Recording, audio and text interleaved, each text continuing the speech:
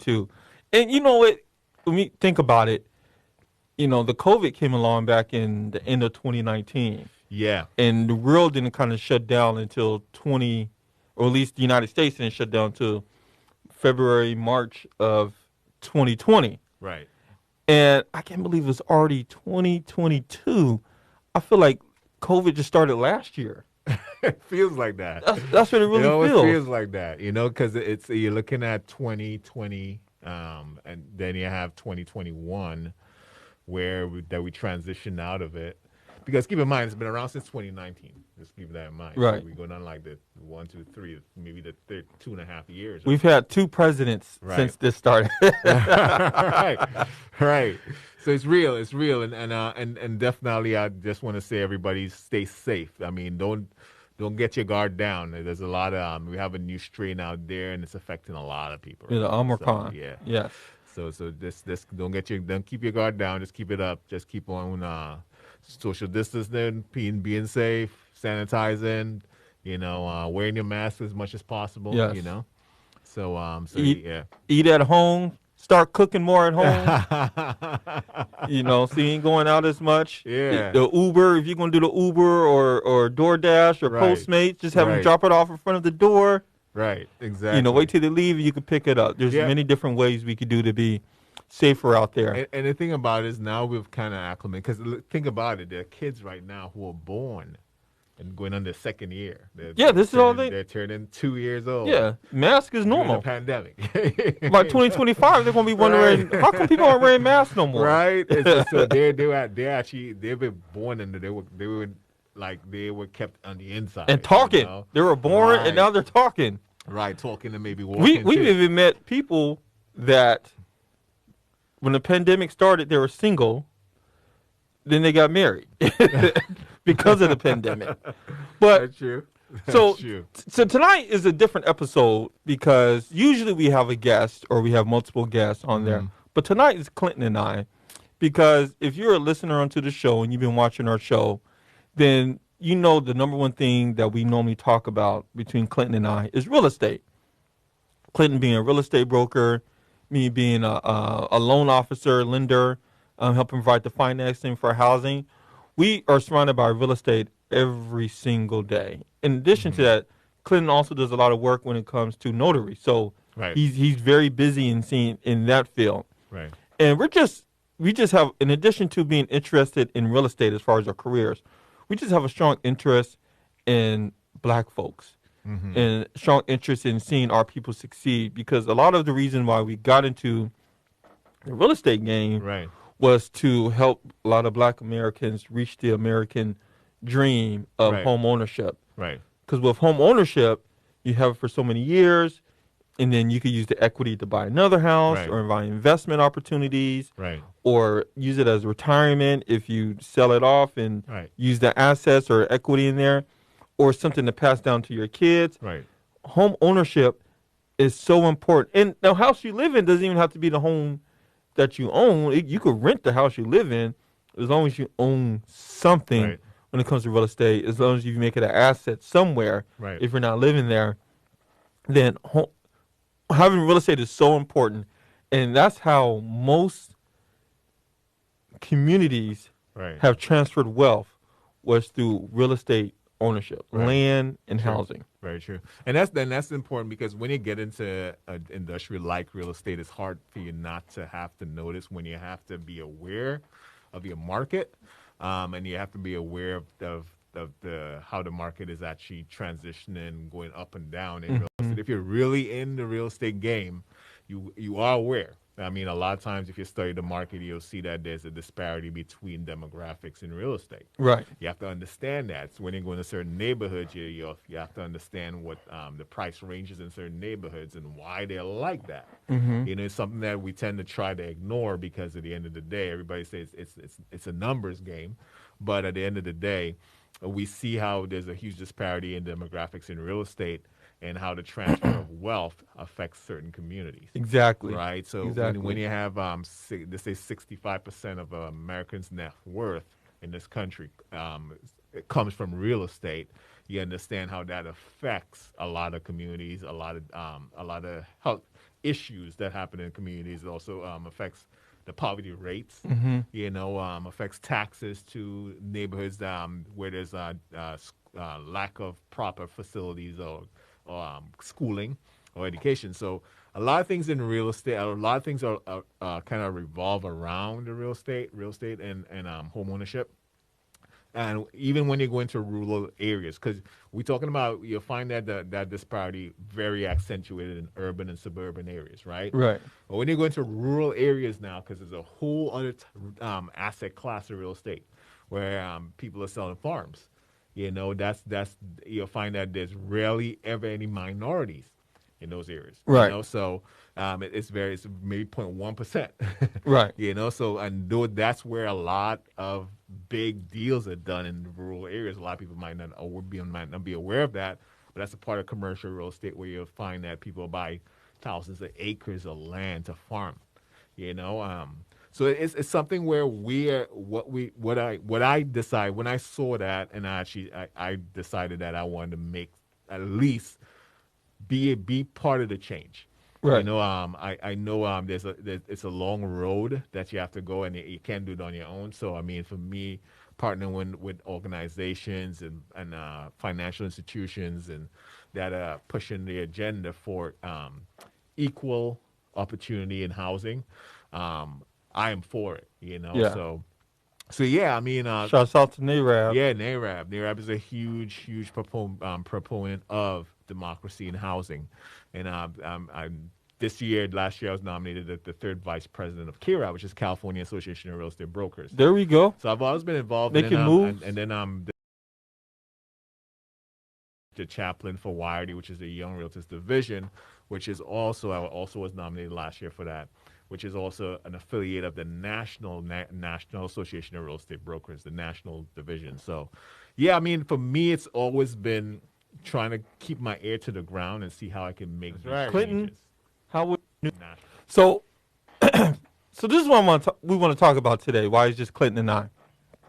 So when it comes to real estate, and just really highlights that when it comes to buying a home, there's more than just comes to just buying a home. There's Right. a lot of things that you have to get right and you That's have to right. get straight. Mm-hmm. And we want to talk about those things within our show and future shows on how these different things affect you becoming a homeowner or just having any type of success in life. That's right. And being that this is a Christian radio show, number one belief we have is accepting Jesus Christ in your heart, in your life, Right. as the number one best decisions you could ever make in your life. That's right. And there's enough shows on here to talk about that. And so I just want to let you know that when you hear our future shows, that's the foundation of what we're talking about. Right. So if you don't hear us talking about it, it's because we know that's the foundation. But you'll hear it brought up. But the two important decisions that we make in our life Mm-hmm. is the career we choose and the person we marry. And that affects real estate more than any other thing. Right. Because if you choose the right career, whether it's entrepreneurship or you're a W-2 employee, Mm-hmm. that income allows you to purchase property. Right. And that income allows you to get debt, credit cards, Right. etc. And using those debts help increase your FICO score and credit Right. score, which you need to purchase a home. Right. You have to show that you use credit somewhere. That's why when sometimes you talk to people, credit cards are bad. Credit cards aren't bad. They're only bad if you use it bad. That's right. It's only bad if you use it bad. That's right. And then the other flip side of that too is marriage, relationships. Right. Choosing the right spouse is one of the most important relationships decisions you could ever make in your life. That's true. And you've seen great families and great dynasties made Mm-hmm. by choosing the right spouse. Right. You've seen destruction in communities and Right. families by choosing the wrong spouse. Right. Or not even choosing a spouse at all, Right. but getting into something that can getting in a relationship with someone that can lead to destruction. And we believe here at Let's Talk About It that when you become a homeowner, these are topics that we need to talk about. Right. Because if you want to become a homeowner and you're making $30,000 a year, Right. it's a start. Mm-hmm. But you got to try to find the right career Right. that can help you increase your income so you can become a homeowner. Right. And something I want to add to that, because a lot of times people always think that choosing the right spouse means that it's all about marriage and be marrying to actually buy a home. But it's not only marriage, because marriage also leads to you create that foundation for a family.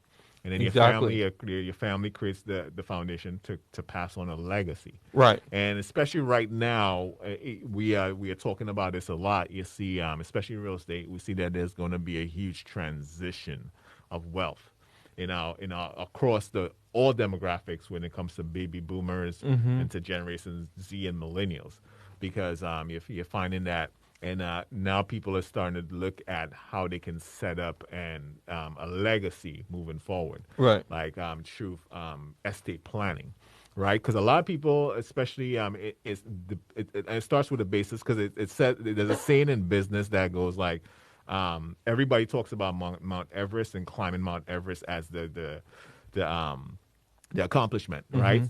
But they say most people die on the way down, because everybody has a plan to get to the top, but never had to have a plan to get down, So they say on Mount Everest, most people die coming down off of Mount Everest. So the thing about it is that, yes, you want to get married, you choose your spouse, but you also have to think about your exit strategy. You plan that, and that's where Because at some point, we're all going to die. right. Some Yeah. point we are, and that's Yeah. where your family unit in the beginning. That's where it starts. You have to build that foundation. And see, and what you're saying is Yeah. you got to plan life. Right. Life isn't random. Right. You have to plan it. Right. And if you don't know how to plan it, then go to someone that can help you plan your life. Right. Figure out the things that you're really good at. Figure out the skills that come natural to you. That's right. Figure out the skills that you want to pull it up like this. Okay. Figure out the skills that can help lead to the income that you want to accomplish. And it's not even always about doing something you love. Right. Sometimes it's about, hey, you know what? Providing this, doing this job, provide the next opportunity for my next generation of kids, where my kids can go off to college, or my Right. kids can get into careers or start businesses. Right. On top of that, the wife or the woman marrying the right man, the man marrying the right woman, can help understand what the ultimate goal is, Right. and together they can accomplish something great. That's right. So I want to bring up some stats here that Clinton and I are going to talk about. And these stats are coming from a website called blackdemographics.com, because I like going to this website because this really gives us the numbers on what blacks are doing when it comes to economics, relationships, Right. and housing. So let's go from here. Let's talk about the housing part of it first, Okay. because that will help lead to other things that happen after that. Let's do it. So many working class. This is from blackdemographics.com on housing in Black America. It says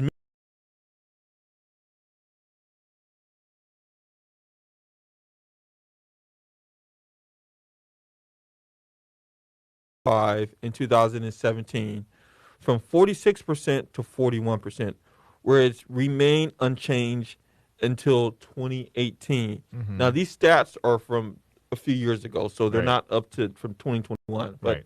they're from a few years ago. And a lot of the reasons why, some of the big reasons why there was a big dip in the housing is because of the Great Recession that happened back in 2008. Right. That there was just under 50% of black people were homeowners. Right.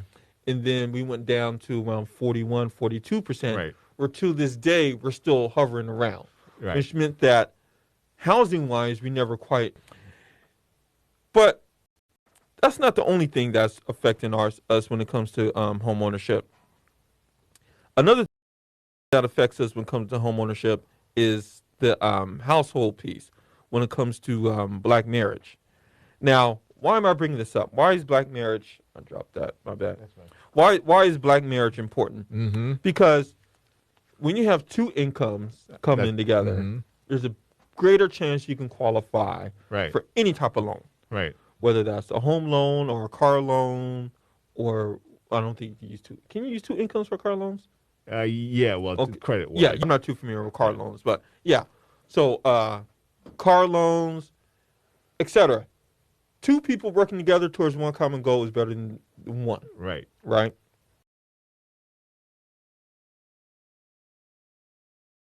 Of black people combined were married, black men Right. and black women. Right. To this day, from 1960 to now, and the Mm-hmm. jump really started from 1980, Right. that black people who were most likely to get married out of all the groups or the least likely to get married out of all the groups. Mm. Why is this important? The white community is just under 50% married. The Asian community is just over 50% married. Mm-hmm. The Hispanic community is just over 40% married. Right. Black Americans are at 30% most likelihood to get married. Right. Okay? Now let's flip that around. Let's see how that affects housing. Right. The highest group that has the highest percentage of homeownership, Mm-hmm. Asians. Hmm. And income is the highest Mm. out of all groups. Mm-hmm. Second is whites. Mm-hmm. Third is Hispanics. Mm-hmm. Fourth is blacks. Mm. You guys see the disconnect there? Yeah, and there's a huge disconnect, as you can see. One on the, I look at it and similar, but in a different way, where I see marriage as being the foundation. But what I'm seeing right now is that minority communities, especially, there's not a traditional transfer of wealth. So for instance, you'll find that when you look at in say California, let's use California as an example where home prices are so high, Mm-hmm. and the average income for somebody starting or coming out of college is maybe around say $40,000-$50,000, right? Right. When somebody coming out of college is not going to be able to afford a single family home or to purchase a home, especially number one when they're coming out of a lot of debt. Right. This is where the transfer happens and why real estate is so important, and it is affecting from the past real estate ownership is affecting the current real estate ownership in communities. Right. Because now you'll find that a couple of things is that because of how expensive, you'll find that if the past generation or parents or grandparents own properties, they can leverage those properties to help Right. that's the legacy or their grandkids or kids buy properties. Without having ownership, it's hard to leverage, right? Right. With it being with your property being highly leveraged already, it's hard to help the property. This is my question for you, Clinton. We're going to kind of keep it. So we talk about the stats and statistics, but Right. let's talk about this for real between us two, because you and I are both married. Right. All the men in this room are married, Right. and we're all married to black women. Mm-hmm. So, and we love our beautiful chocolate sisters. Yes, sir. But the fact that I think for that situation for us. Right. But I also think there's some internal right stuff too. And that just didn't happen just recently, right? It's something that happened over years and years and years, right? Because number one, we're looking at population growth, and then we're also looking at income, right? So, well, the black population isn't. We were second in the United States. Now we're third. right. When you look at how many in terms of okay, so you're looking at 10,000. Although we are third, it still grew exponentially, right? So I don't know the numbers, but I can say that maybe 10 times in the past 10 years. With so many people going after so little resources, that's the problem, right? And it's almost like what's happening right now in the economy with inflation, right? And the high tax and the high interest rates, right? Because those are two words that everybody right now is on the minds of every financial analyst right now: inflation and interest rates. What's causing that is because too much money chasing too little resources. Right. That's what it really breaks down to. The high home rates right now is because what? In California is because of what? We're in double digits in terms of value. That Right. increased in the past from 2019 to Yeah, I was 2022. talking to a customer. The value of their home was under $1 million back in 2019. Right. Now it's at 1.5 million. Right. So when you're really looking at you're seeing that and low interest rates, which is something where fiscal policy is. If you have low interest rates, money's cheap, basically. So you have Right. affordability. People are now being able to qualify for But certain things. but And so okay. I'll get to what I'm saying. Okay. But so what I'm saying is that when you have an increase in a population chasing the same amount of resources, right? Or it's not, you're seeing that incomes are not increasing at the same rate as, say, the population or I'd say as the output of that population, Mm-hmm. right? Because we're working the same amount of the same jobs, but we're not generating the same income. That's number one. And then on top of that, we do have an issue in which is family wise, where you find that in our community, you find that most people are not getting married, right? But why is that? Why? I mean, if in your opinion, if we combine our resources together, Right, like say I want to buy investment property, you want to buy right, an investment property. Well, you want to find the right partner right, for it, right? You, right, you want to be diligent in finding the right partner right, to ensure. And I say partner because I may not have enough by myself, right, but I have something. right, You may not have enough by yourself, but you have something. right, So we will try to vet and find the right partner to make sure that we can go on this because this is something that's we both mutually beneficial to us. That's understandable in the business realm. right. But when it comes to creating legacy and opportunities, Right. I feel like our community isn't fully taking advantage of that. Because there's a business side to relationships that we haven't fully embraced in our community. What's you that? know? And that's the business side of talking about Mm-hmm. money and finances.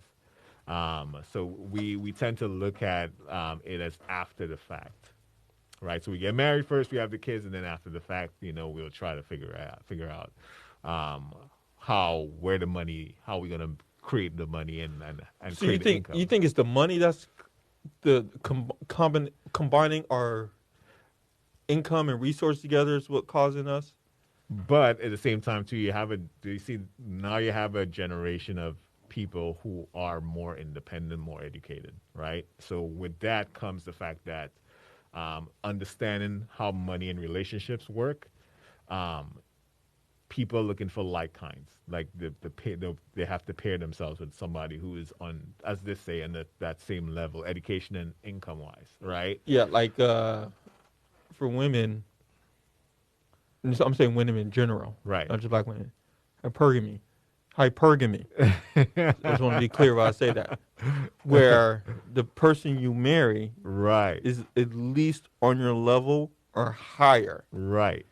When it comes to education, there's Right. more black women educated There you go. than black men. There you go, and that's right. So when you have that, and there's that shift, you'll find that in any society, any community, it's going to be most people would choose not to be married. Okay, so I'm gonna Okay? bring this up. So there's a huge choice. There's a huge drive right now where you find that all the people are combining their incomes. They're not on paper. They're not being married, right? So it's harder for them to qualify for like big ticket items. Okay, so I'm gonna bring this stat up real quick. I'm gonna bring this stat up real quick. So let's talk about living at the poverty line, below and above. A female household with no husband has a 74% chance. I'm just going off the numbers of blackdemographics.com. This isn't William coming up with these numbers. Right. Has a 74% chance of being at or below the poverty line. Right. If you're a married couple, 16%. Mm-hmm. So that's a That's Yeah, like a it one does. plus It one it does make a makes huge sense to difference. me. It does make a huge difference. So you're saying if and then for a male ran household, I mean just by themselves, no wife, it's 10%. Right. So when you combine 100% of us Right. together, Right. right? There's a certain if you're female ran household Right. single, Mm-hmm. there's a 74% chance that you're at or below the poverty line. Right. But if you're married, there's a 16% chance. Now, let's talk about living above the poverty line. Married couples are living at 53% above the poverty line. 53%. Right. Female household above the poverty line, 37%. Right. And male household is also again 10%. Right. So I mean, Why aren't we doing this? This makes sense to me. So statistically, you'll see that two incomes is better than one, basically. Yeah. Right. So two incomes is better than one. At the same time, too, what you'll realize, as I said, with how we're going as a society, where we have like kinds, where people you find that women are more educated now than they were before. They are actually making up a lot of the workforce when it comes to white collar jobs now more than ever before. Right. So you find that when there's two incomes, when two people are working, there's not really how to put it. It's the family unit that per se that traditional family unit is no longer the status quo. Right. Well, it seems like it works to me. So yeah, it does work, and that's where I'm saying there is a side. What do you call it? Not a monetary, but a financial side of marriage that has to be talked about. Okay, so Right, and that's why we have to actually. when you say put financial that, side, yeah. are you talking about buying stuff, Not buying stuff, but I mean, as I said, it's like this. or when someone gets married, someone else gets paid? For instance, I'll give you a great example. When people are about to get married, right? You see some of these weddings cost hundreds of thousands of dollars, right? Oh, When yeah, the average wedding would cost you like about when you're hiring a wedding planner, it would cost you $10,000 plus, right? And then you're not talking about buying the ring, the dress, and all that stuff. You know, you're looking at $20,000, $25,000. Some people take out loans or finance weddings, right? Right, right. Now, all that planning goes into that lead up to the wedding. What happens after, right? Oh, okay. So Right. you're saying that a lot of us in the community plan for the wedding, but don't plan for the marriage. Right, exactly. Okay, And it's not only our community. We tend to do that a lot with, especially when it's a celebration. And I totally understand the celebration of marriage, but at the same time, too, just keep in mind, marriage is a lifetime. Okay. And you have to consistently So be who invested teaches in that? Who's supposed to teach our community? Because it seems like the Asian population not only have the highest marriage rates, Right, they also have the lowest divorce rates too. right. Black and But think about whites are the same, around 12%. But it's a cultural thing too. Because what do you see with the Asian community? They believe in what legacy, Yeah, so right? That's that's understanding coming from so, family to family. right. But So, if you and I understand this, yeah, right, hmm and we say, if we see this, we're looking at the numbers, right, and we're saying, man, one of the best things that can happen to a young black boy or a young black girl is to have two parents in the household. right, Because there's a greater chance that they'll go off to college and a greater chance, right? right, There's a greater chance that they'll be better citizens compared to a greater chance that they'll be some type of deviance where you're creating a community that people don't want to live in because right, you have a whole bunch of unmanned young boys thinking that the best way to show that they're a man is to fight and be aggressive, right, when the best way to be a man is to help build your community and protect it. right, If we know that, right, why? And then when it comes to us in real estate, me doing the lending, you doing the housing.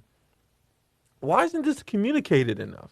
Why isn't that we aren't talking enough about, yo, we really need to build up the family. Well, that's the thing. If you look at it, it's already in our community that's something historically was a We thriving. used to do We that. used to do that. We Like used to do if you that. look at Black Wall Street, Yeah. that was a community that was thriving, and it had the family unit, and also it had successful because Black Wall Street was built because of legacy, Right. right?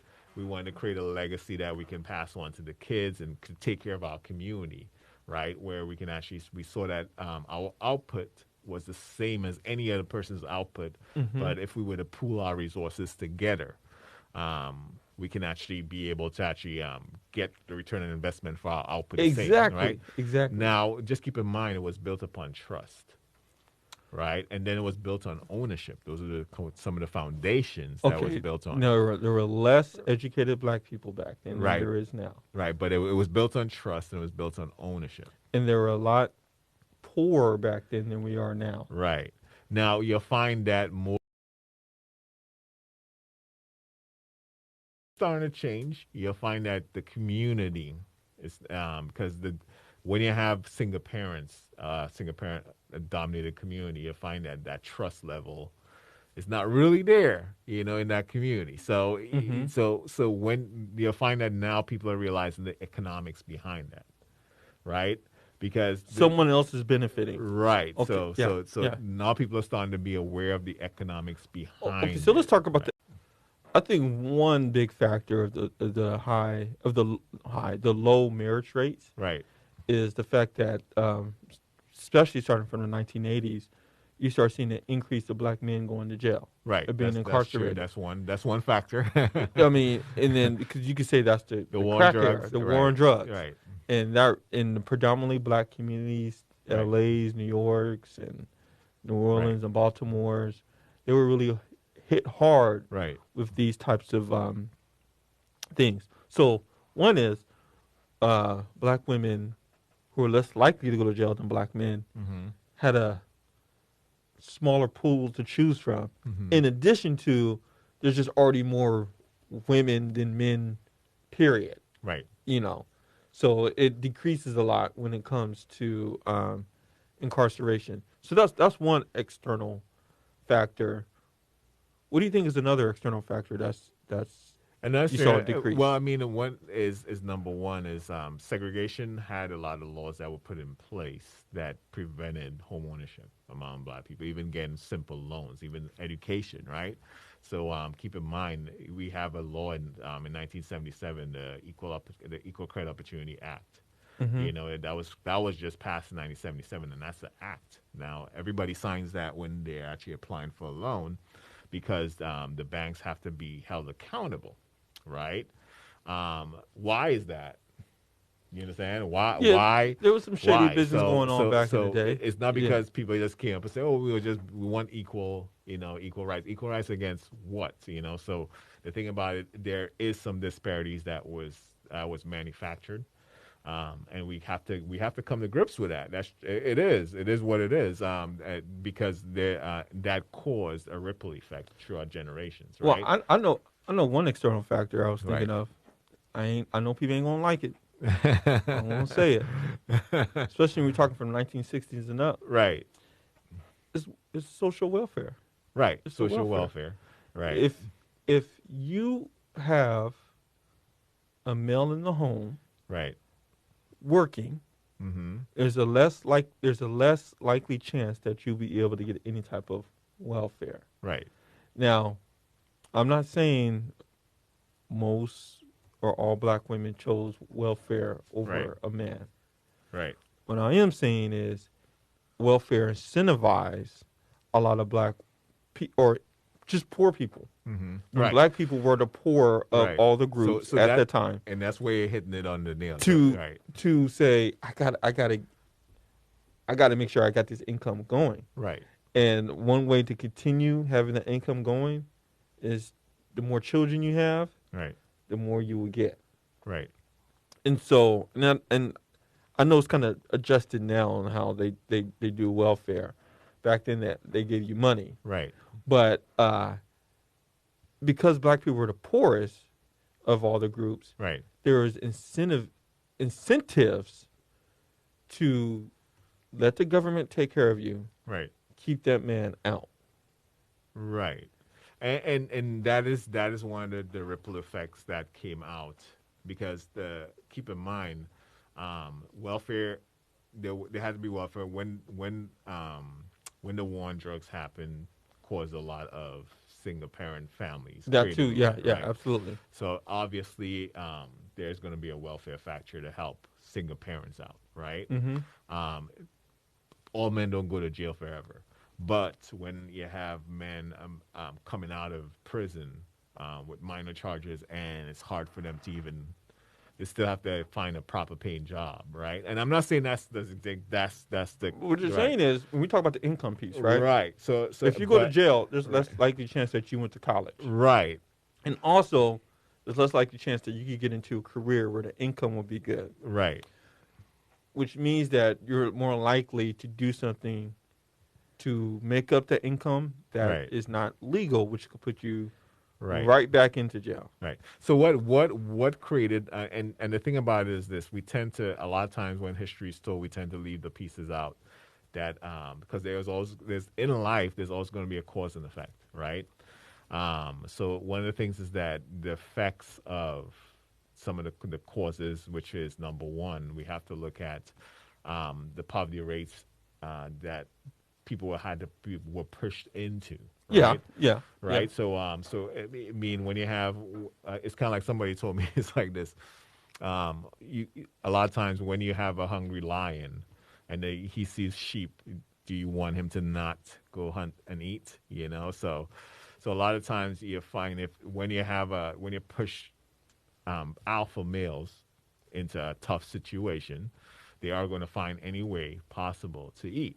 And a lot of times that's what a lot of time would happen with a lot of these projects and a lot of Mm-hmm. these social services or areas that were allocated because of some of the laws that were put in place so that people can get proper housing, access to proper education, access to proper jobs, right? Access to proper So health which care. which all comes down to prejudice. I want to say And not so race, systematic racism, which a exactly lot of people don't believe. Some people exists. don't believe is real. Right, I believe it absolutely happened right, and is happening. It subconsciously right, in a lot of uh, sectors out right. there. So just like I would say that the war on drugs has created now a generation of people who are much more aware. All right, it has created now. It's like you find that it's not that drugs ever went away. We didn't win that war. Just keep that in mind. You know what I'm saying? It's not as bad as it used to be, I though. would say it's worse. Okay, well, I mean, like You the know? whole crack thing. Yeah, That hit the black community hard. right. The Like black when I community. was born, Right, it was just I don't want to say crack was around, but what I'm saying is that's the generation I grew up in. right, So I didn't know the black generation prior to crack. right. I knew it during and post. And the reason why I say it's worse is because when I look at it, it's now being classified as a disease, right? Yeah. So that way, people can have access to health care before they're actually punished. Yeah, Right? back then it was you on drugs, you go Yeah, to jail. punished, right? Yeah, So yeah, there's yeah. a huge difference right now because now you find that the one drugs are now they're just affecting one demographic predominantly. Predominantly because Right. we were the poorest. Right, So therefore the bad stuff usually came down to the poor, desolate communities. right. So a lot of it comes back. I always say you have to look at the causes. Now, I'm not saying that you blame the causes for what's happening currently when there's now an equalizer, because now the equalizer is information, right?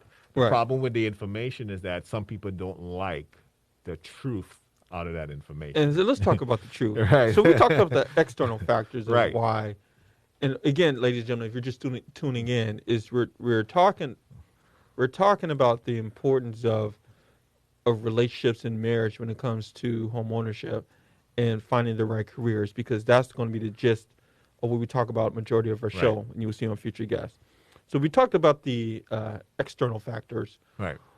What are the internal factors? Inter- What are the things that we as a group that we can start working on Right. and start doing better to ensure that, you know what, if we get together, there's more we can accomplish together than Right. apart.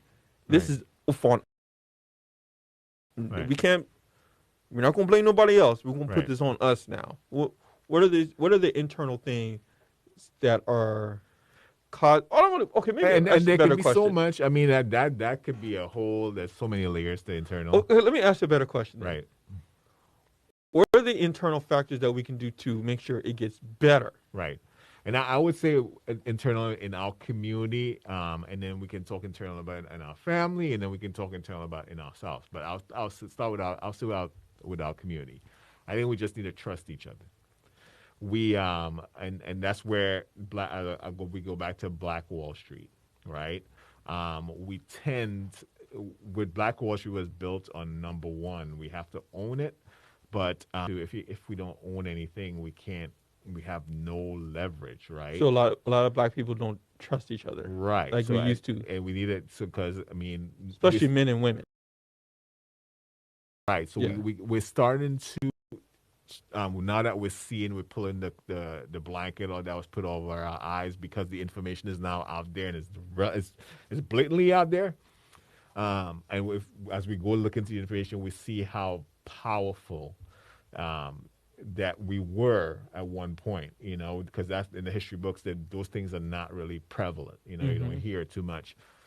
So you see the same concepts that we with technology. We now starting to actually start to build our own banks, our own financing, our own like. I'm glad you mentioned that communities, because of technology and the use of the internet, social media, we have more access to our people than any time ever before in history. Exactly. But now it's not just as I said, it's not just Western or you find globally because think about the lies that have been told to us about certain countries and certain outside, like even Africa. We look at Africa and see now Africa is a metropolitan country where there's countries where Africa has the most black billionaires and have had those billionaires for the past over 2 decades, right? And those they are not in the entertainment. They're in oil, mining, they're construction, in minerals, they're like construction. So they run legitimate, successful businesses. But what can we do? Another way that a lot of black people got a chance to meet each other was through church. Right. So you meet someone through going to the same common places. Yeah. Right. So you see a high percentage of women going to church, not a high percentage of men. Right. So one is we need to get more black people into the church, that's a community where that creates more a trusting environment. Right. And I would say now with technology, we've seen that it's not that people physically they're not going to church. Now they have access to, they can watch church online. Okay, when COVID's over, Right. when COVID gets over, so. brother, get it, because that's where I met my wife. Right. That's where I met my wife. I'll be honest, there is, we're finding that in all churches where there's a drop in attendance across the board, even way before. Okay, but what's the other places we like? Church, school, supermarket. Okay, supermarket. Hold on. Can you? Right. I don't know. Can you meet someone in the supermarket? Right. Yeah, gotta have some good game to do that, though. Yeah. Hey, your game has to be up there on point. Excuse me, lady, by the freezer. Get some ice cream. Can I holler at you for a minute? Right. Okay, but like it can come across as being very creepy, but say what? Gas stations. Hey. but I was gonna say. I think the best places to meet is places where you have the same common interests. Right. Like, okay, we talk about real estate, right? Right. I'm not saying you go there just specifically for this. So I'm not saying you go specifically for this, but you can meet quality people there. It's organizations like a NARAB, Right. where there's, I'm not saying NARAB in particular, I'm saying black organizations Right. where you have people who are about something, who are doing something. Right. Those are, to me, excellent places to meet a Right. potential Now, the thing about partner. meeting, there's the difference. There's meeting and being in a marriage, right? So Well, I'm talking about because people are meeting meeting quality people. people, yeah, well, people are meeting quality people based, and it's easier now more than anything else because Facebook will categorize you. You can even look at somebody and what they do based upon on Facebook, right? Mm-hmm. Or like social media. I'm sorry, I wouldn't use Facebook. Social media. Now we going into the metaverse. Where there's a whole different where we're looking at virtual reality, and that's something that things are and that's something that's going to be big, especially coming out of, because keep in mind after the recession of 2008 2009, the big thing was the share economy. The share economy was created. We had Airbnb, Uber, Lyft. All those things were created, right? Even better place because you can share an Uber with Right. a potential, or they may be your driver. But right, it made it easier. Now people were actually starting to actually have people invite people into their spaces, right? So, And they saw that they can now capitalize on that and monetize it. Now uh-huh. we going into a whole different thing now. Okay, so Virtual reality. I think as people, if you want to meet quality people, Right, you have to get out, right, right? Safely because of right, what's going on in the world. You have to be involved in some type of right, NAACP, Urban right, League, church, whatever profession you're in. If they have some type of association, getting right, involved in that. right, I mean, getting out there and doing stuff. right, Every once in a while, going out to eat, right, dressing nice or something like that.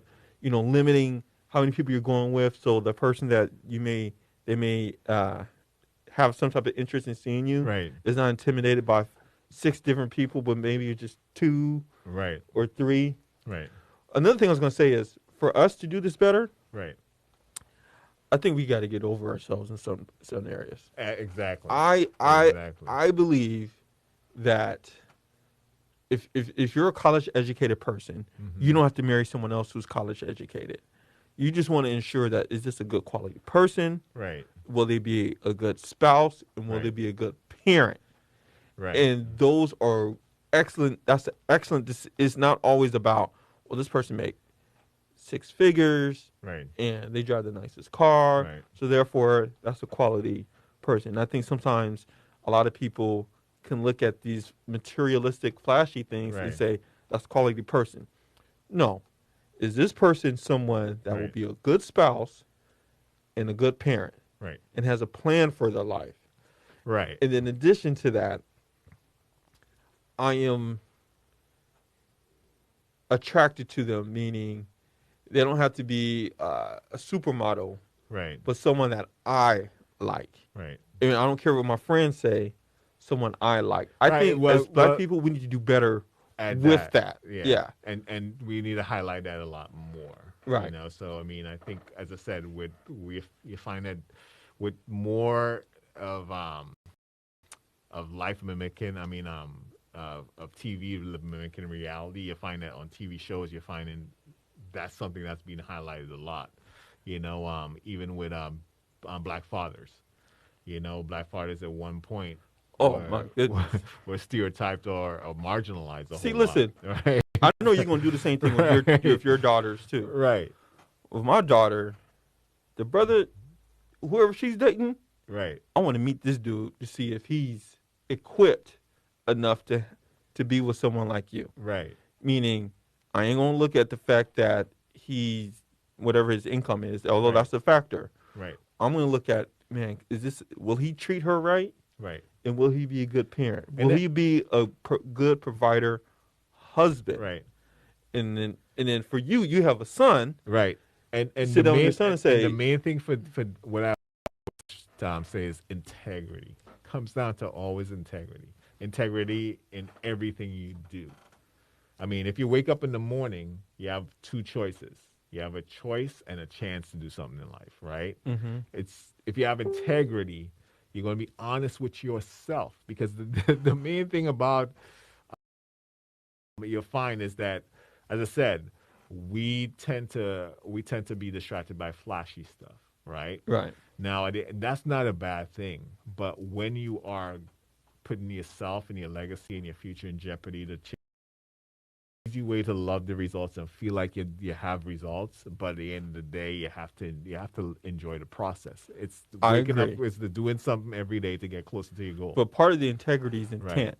right. And I think for us, we need to have better intent on as I get older, when I Mm-hmm. turn 50, Right. 70, 80, 90, Mm-hmm. when I look back at my life, I'm going to be happy with the decisions I made. Right.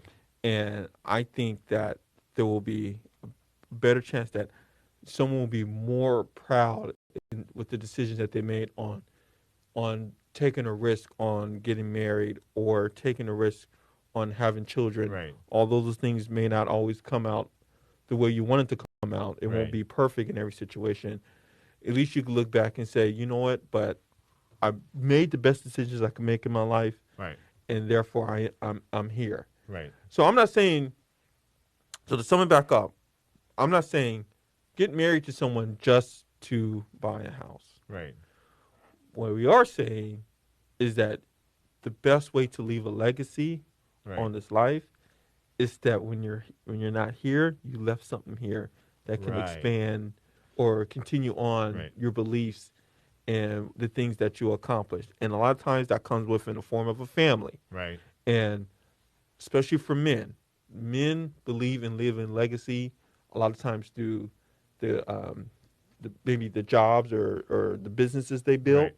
but then on top of that, the family that they left behind. Right. Exactly. Because they were the only people who will carry on your They legacy. will carry Right. on. They will carry on your Um. legacy, and that's something innate and internal in us. Right. And And when that's we don't do that as people, right. I think we're shutting that off. And it's not like, and just to be honest, as I said, it's not like that wasn't. It has not been part of it. If you go back to the roots, it's part of our culture, right? And it has been part of our culture. Right. Um, if you really go back further, you look at when we. 'Cause in Africa, you go back to Africa where the roots came from, you find that there is legacy there, right?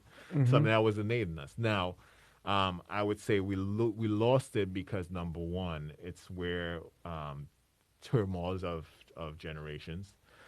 We have wars that have happened. You have certain things that have happened, Mm-hmm. and a lot of times you lose that foundation. Some people have actually been able to keep it. Some people have actually lost it. Now we're starting to realize how important it is because that sets the foundation for future generations to So, build upon. if you Right? want to create a better community for your people, Exactly.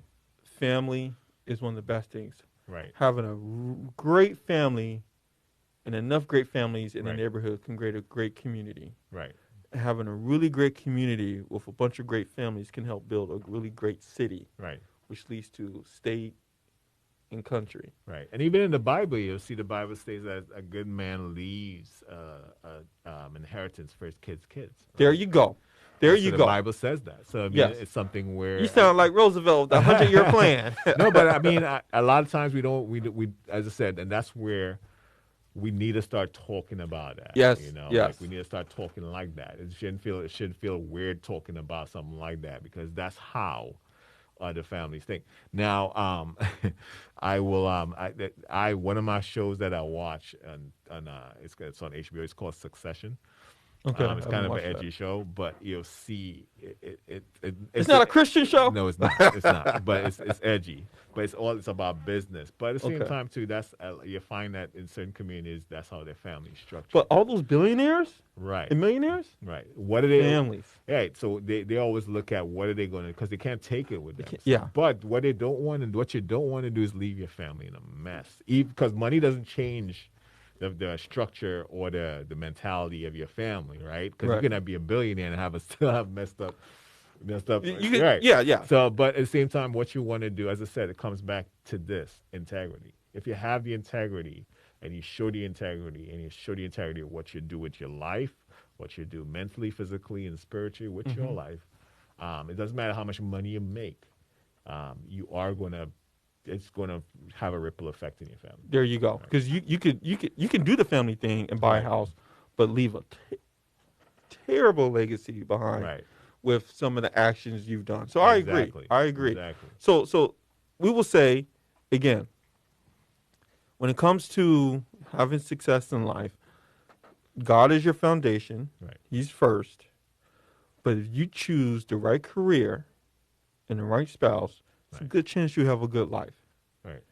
You choose the wrong career, the wrong spouse, it sounds like your life ain't going to be that. Because you're going to spend most of your time with her or him. It's hard. And then you're going to spend the other point in time at work. And the thing about it is it's hard to have these conversations when you're not thinking about the future. But we need to have these conversations because the future is always going to be the next day. Right. So, and if you don't plan for the next day, you planning on having a pretty not so great life.